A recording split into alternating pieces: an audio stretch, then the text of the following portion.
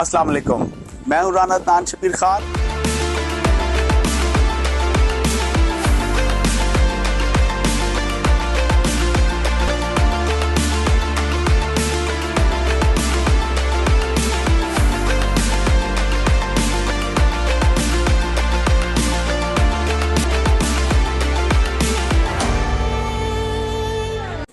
السلام علیکم، میں ہوں رانا عدنان شبیر خان اور آپ دیکھ رہے ہیں نوائے فکر۔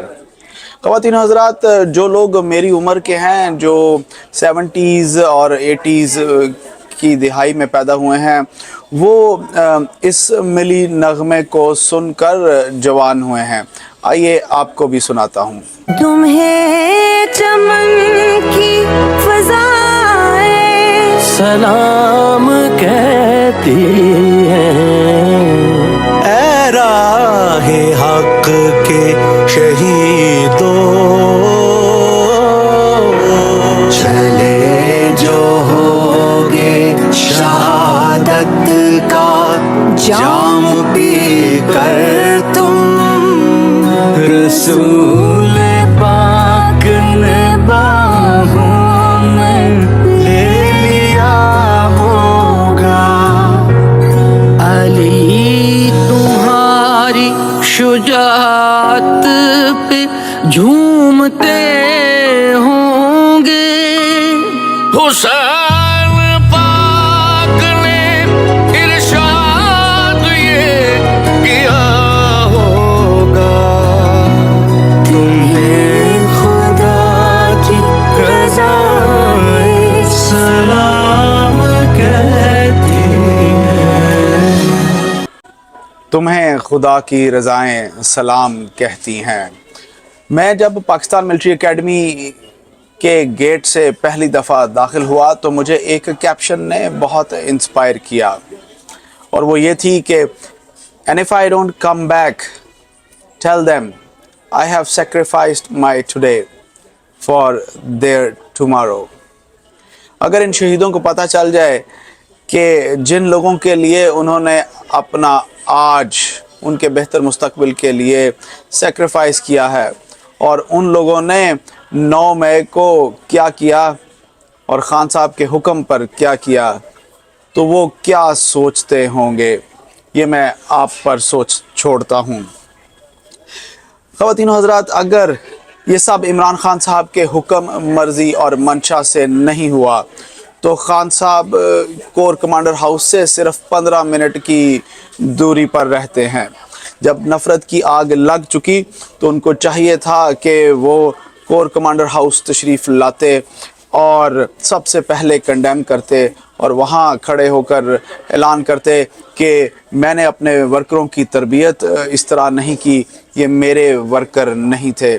اگر کچھ بیوقوف لوگ میرے پارٹی سے تعلق رکھتے تھے تو ہم خود ان کو پکڑ کر قانون کے حوالے کریں گے، اور خبردار، پاکستان آرمی میری ریڈ لائن ہے۔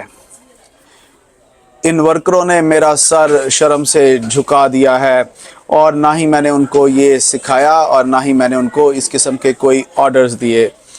بہرحال بات وہیں ختم ہو جاتی اور سارا معاملہ پرسکون ہو جاتا، مگر فیاض الحسن چوہان اور پلوش عباسی کے انٹرویوز اور پریس کانفرنس تو خان صاحب کی فوج دشمن ذہنیت کو بہت برے طریقے سے ایکسپوز کرتی ہے۔ پی ٹی آئی سے اس کی فرسٹ اور سیکنڈ ٹیئر کی لیڈرشپ بہت تیزی سے کنارہ کشی اختیار کر رہی ہے۔ چلتے ہیں احمد کے پاس اور ان سے پوچھتے ہیں کہ ان کے پاس کیا ڈیٹیلز ہیں۔ جی احمد۔ جی السلام علیکم رانا صاحب۔ رانا صاحب، آج 2 بڑے اہم برج پی ٹی آئی کے گر گئے۔ ابھی پریس کانفرنس کی اسد عمر صاحب نے، جو 14-15 دن جیل میں رہ کے آئے، جو بھی ویسے جیل میں رہ کے آتا ہے نکلتے ہی سب سے پہلے اعلان کرتا ہے، اگر وہ اعلان نہیں کرتا تو دوبارہ اریسٹ ہو جاتا ہے۔ شاہ محمود قریشی صاحب نے اعلان نہیں کیا تھا، واپس اندر، شیریں مزاری نے کیا باہر، اسد عمر صاحب نے پارٹی رکنیت سے بھی استعفیٰ دے دیا اور پارٹی بھی چھوڑ دی، اور فواد چودھری صاحب نے بھی آج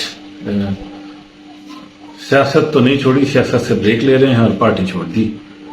تو اب بچ بچا کے بڑے تھوڑے سے لوگ رہ جائیں گے آخر میں۔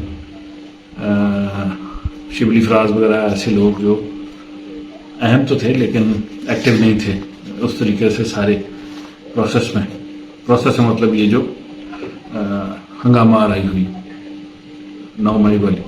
اب اس سارے سینیریو میں نظر یہ آ رہا ہے کہ پارٹی کی قیادت جو تھی وہ کچھ اوور کانفیڈنٹ تھی شاید اس حوالے سے کہ ہم ان جگہوں کے اوپر اٹیک کر لیں گے اور ہمیں کوئی روکے گا نہیں پوچھے گا نہیں. اور شاید اس میں ایک بڑا لانگ کیریئر بھی شامل ہے کہ جب کسی نے ہاتھ بھی نہیں لگایا. سیاست میں جب آپ آتے ہیں تو سب سے پہلے آپ کا کچا چٹا کھولا جاتا ہے, پھر آپ پہ کیسز بنتے ہیں, اور خاص طور پہ جب اپوزیشن میں ہوں تو آپ کو جیل میں بھی ڈالا جاتا ہے. یہ سادہ سی روٹین ہے پاکستان کی بھی اور بھارت کی بھی, اس علاقے کی سیاست کی بھی. باقی مڈل ایسٹ میں آپ کو پتا ہے جمہوریت ہے نہیں, فار ایسٹ میں بھی جمہوریت نہیں, اس لیے شاید ترقی بھی کر رہے ہیں. ہمیں جمہوریت کے لالے لگا کے تو ہم جمہوریت کے ڈھول بجاتے ہیں اور ترقی ہمارے پاس ہو نہیں پاتی. ہم پھر پیسے مانگتے ہیں تو پھر ہمیں اور پابندیاں. تو یہ ساری کہانی مکس چلاتے رہتے ہیں ہمارے ساتھ. ابھی بھی جو پی ٹی آئی والی ساری کہانی ہے جو واردات لگ رہی ہے اس میں اسٹیبلٹی کہیں نہیں نظر آ رہی, اور اسٹیبلٹی کا نہ ہونا ہی ہمیں بڑے عرصے سے اس کا نقصان بھی ہوتا رہا. ترقی پھر ایسے نہیں آتی. بہرحال اس سارے سینیریو میں پی ٹی آئی جو ہے وہ لوزر, اور اس کے جتنی بڑی وہ ونر تھی, جتنا وہ کراؤڈ پولر تھی, جتنا لوگوں کو وہ ساتھ ملا چکی تھی, وہ سارے کے سارے لوگ تو نہیں لیکن میرا خیال ہے اسٹیبلشمنٹ اور آرمی کے اندر سے ان کی مقبولیت اب تقریباً ختم ہو چکی ہے. عوام میں شاید ابھی بھی ہوں لیکن پریشر اب اتنا زیادہ ہے تو سمجھ نہیں آ رہا. آج اسد عمر فواد چودھری کا اعلان جو ہے بڑا اعلان ہے اور پارٹی کے لیے بڑا نقصان ہے. جی رانا صاحب. احمد, 9 مئی کو لے کر اسلام آباد میں کیا ڈرائنگ روم ڈسکشنز ہو رہی ہیں؟ کیا حکومت کو اندازہ نہیں تھا کہ کراؤڈ اتنا آؤٹ آف کنٹرول ہو جائے گا, یا پی ٹی آئی کا یہی پلان تھا جیسے کہ فیاض الحسن چوہان نے اپنے اس پریس کانفرنس میں ریویل کیا؟ کل حامد میر صاحب پروگرام کر رہے تھے, ان کے مہمان تھے اعتزاز چودھری صاحب جو بڑے مایہ ناز وکیل ہیں, اعتزاز چودھری صاحب. تو حامد میر صاحب نے ان سے پوچھا تو انہوں نے کہا بھائی مجھے یہ بتاؤ پولیس کہاں تھی, فوج کہاں تھی جو لاہور میں کینٹ کے اندر گارڈ کرتی ہے سب, وہ کیوں نہیں اس وقت نظر آئی؟ اور پھر اتنا عرصہ یہ سب کچھ ہوتا رہا, اس دوران بھی کوئی نہیں آیا. حامد میر صاحب نے آگے سے جواب دیا کہ ان کو روکا گیا تھا, ان کو کہا گیا تھا کہ آپ نے کسی کو ہاتھ نہیں لگانا, ان کو احتجاج کرنے دینا. میرا خیال وہ جب میں یہ بات کر رہا تھا کہ یہ ایک اوور کانفیڈنس تھا پی ٹی آئی کے لیڈران میں بھی اور پی ٹی آئی میں بھی, ہمیں کوئی ہاتھ نہیں لگا سکتا. اور یہ بھی اس میں کوئی دوسری رائے نہیں ہے کہ پی ٹی آئی میں بہت زیادہ ایلیٹ کلاس کے بچے شامل ہیں, اور وہ بچے, مائیں, خواتین اور لوگ جن کو پھر ان بچوں نے بھی پل کیا کہ آپ آ کے ووٹ ڈالیں. مجھے آج بھی یاد ہے خان صاحب کے آخری 1-2 الیکشن میں یہ ہوا تھا کہ بچے بوڑھے والدین کو, بوڑھے دادا دانی کو لا رہے تھے کہ ووٹ ڈالیں. تو لوگ کہتے تھے کہ یہ دیکھیں یہ سیاست میں پارٹیسپیشن, بڑی اہم باتیں ہیں یہ ساری, اور سب کچھ یہ ہوا اور الٹیمیٹلی 9 مئی ہوا. تو کہنے کا مقصد یہ ہے کہ یہ جو کچھ ہوا اس کا الزام ہم لگا رہے ہیں, لیکن بہت ساری باتیں یہ بھی ہونا شروع ہو گئی ہیں اب, یا درمیان میں ہوتی بھی رہی ہیں کہ نہیں جی انہوں نے جگہ چھوڑی اور انہوں نے ان کو آنے دیا, اور جب آنے دیا تو پھر ان کو مارا. اب جتنے منہ اتنی باتیں, ڈھیروں اوپینین ہے. اب ہم کیا کہہ سکتے ہیں رانا صاحب کہ اس میں سچائی تو مجھے تو خیر نہیں نظر آتی. اب مختلف لوگوں کے مختلف ڈرائنگ روم میں لوگ بیٹھے باتیں کر رہے ہیں, سوشل میڈیا بھی ڈرائنگ روم بنایا اس پہ بھی بیٹھے باتیں کر رہے ہیں. جہاں تک میں نے یہ احمد میر صاحب کے بارے میں سنا, میں جیسے بتا رہا ہوں کہ ان کو روکا گیا تھا کہ آپ نے کسی کو ہاتھ نہیں لگانا, اور یہی الٹیمیٹلی اور کئی سالوں سے یہ ہو رہا تھا, اور اسی چیز نے میرا خیال اور کانفیڈنس کریٹ کیا, اور اسی چیز نے شاید ان کو پش کیا کہ آپ جا کے اٹیک بھی کر دیں, کوئی آپ کو ہاتھ نہیں لگائے. اس کا نقصان بھی ہوا الٹیمیٹلی, اور پھر الٹیمیٹلی پارٹی کو اتنا زیادہ نقصان ہوا کہ میرا خیال ہے کہ اب پارٹی ایسی سچویشن میں نہیں ہے کہ وہ بہت اچھی پرفارمنس دے سکے گی. جب بڑے لوگ ہی ان کے ساتھ نہیں گئے تو پارٹی ویک تو ہو, اب کیسے پھر آگے چلائیں گے؟ بہرحال ساری چیزیں, بڑے سوالات ہیں, بڑی پارٹی ہے تو سوالات بھی بڑے ہیں, اور بڑی سچویشن بھی کروشل ہے ان کے لیے کہ کیسے یہ آگے چیزوں کو لے کے چلتے ہیں. جی رانا صاحب. احمد پوسٹ 9 مئی آپ پاکستان اور پی ٹی آئی کا پولیٹیکل فیوچر کیسے دیکھ رہے ہیں؟ کیونکہ کچھ لوگ یہ باتیں بھی کر رہے ہیں کہ شاید پی ٹی آئی کو بین کر دیا جائے، لیکن عدلیہ بھی موجود ہے اور راستے بھی ان کے پاس موجود ہیں۔ اکتوبر میں الیکشن میں تو ہم نے جانا ہی جانا ہے، تو کیا عدلیہ بھی کوئی اپنا کردار ادا کرے گی؟ آپ ان چیزوں کو کیسے دیکھتے ہیں؟ رانا صاحب، آج خواجہ اظہر صاحب نے اسٹیٹمنٹ دی کہ جناب پی ٹی آئی پہ پابندی لگائی جا سکتی ہے، سچویشن ایسی بنی جا رہی ہے۔ کچھ اس کے رسپانسز آئے، کچھ لوگوں نے کہا کہ نہیں، پی ٹی آئی پہ پابندی نہیں لگ سکتی۔ علی ظفر صاحب جو وکیل ہیں پی ٹی آئی کے، انہوں نے یہ اسٹیٹمنٹ دی کہ اگر پابندی لگی وہ سپریم کورٹ میں جائیں گے، اور امید ہے کہ سپریم کورٹ اس کو جلدی سے اسٹرائک ڈاؤن کر دے گی، کیونکہ یہ بڑی پارٹی، کوئی شک نہیں بڑی پارٹی ہے۔ وہ کہتے ہیں نا کہ big responsibilities come with the big things.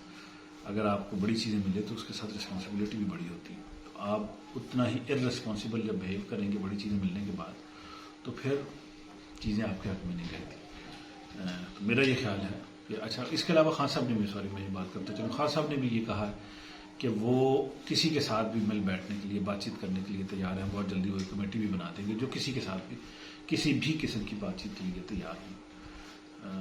یہ اگین خان صاحب کی ایک اسٹیٹمنٹ ہے، لیکن مجھے آج بھی یاد ہے کہ سعودی کراؤن پرنس محمد بن سلمان پاکستان آئے اور انہوں نے ایک بڑا اسٹرانگ جملہ بولا، اور انہوں نے کہا کہ میں پاکستان کا سفیر ہوں سعودی عرب کے اندر۔ شاہ عبداللہ پچھلی دفعہ آئے تھے، اس سے پہلے سعودی حکمران شاہ فیصل ہی آئے تھے بھٹو صاحب کے دور میں۔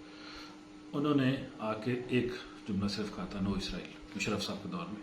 ایک شام کو آئے تھے، رات کو بلو ایریا سے گزرے، لائٹ سارا جگمگا دیا گیا، سعودی پاک ٹاور یہ وہ، اور اگلے دن وہ دو لفظ بول کے چلے گئے تھے، نو اسرائیل۔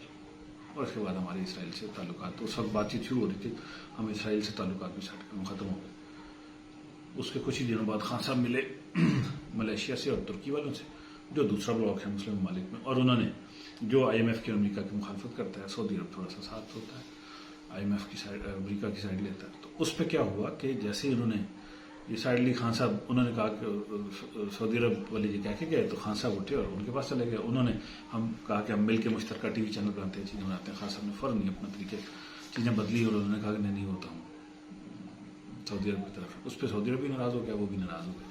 عرض کرنے کا مقصد ہے کہ جب آپ اتنی جلدی کوئک سوئنگ لیتے ہیں تو چیزوں کا نقصان ہوتا ہے، اور لیڈر کے لیے بڑا سوچ سمجھ کے کرنے والی چیزیں ہوتی ہیں۔ یہ انہوں نے کیا، ان سے باجوہ صاحب نے کروایا، کس نے کروایا ہمیں نہیں پتا، باجوہ صاحب میں ویسے کہہ رہا ہوں، خان صاحب نام لیتے رہتے ہیں۔ عرض یہ کروں کہ لیڈر کی ایک اسٹینڈنگ ہوتی ہے، اپنا ایک ویژن ہوتا ہے۔ تو یہ چیزیں بڑی کھل کے سامنے آئی ہیں کہ سارے عرصے میں ان چیزوں نے پارٹی کو ڈیمیج کیا ہے، اور پارٹی میں اگین عوام کی مانگیں بھی شامل ہیں، جو لوگ پی ٹی آئی کو فالو کرتے ہیں ان کے لیے۔ تو بڑے بڑے اہم سوال اس وقت اٹھے ہوئے ہیں کہ ان کو کس طریقے سے ایڈریس کیا جائے، اور کس طریقے سے پارٹی آگے لے کے چلے، اور پارٹی میں ایک سینس آف میچورٹی بھی آنی چاہیے۔ جی رانا صاحب، پاکستان کو تو آگے جانا تھا، مگر یہ کیا ہوا، کیوں ہوا اور کیسے ہوا؟ اگر میں جنرل مشرف کے دور کو اس 15 سالہ جمہوری دور کے ساتھ کمپیئر کروں تو لگتا ہے کہ شاید جمہوریت ہم جیسی قوموں کے لیے نہیں ہے۔ آپ اس معاملے میں کیا سوچتے ہیں؟ ہمارے ساتھ کمنٹس میں شیئر کیجئے۔ میں آپ سے اجازت چاہوں گا۔ اللہ آپ سب کو آسانیاں نصیب فرمائے اور آسانیاں تقسیم کرنا نصیب فرمائے۔ السلام علیکم۔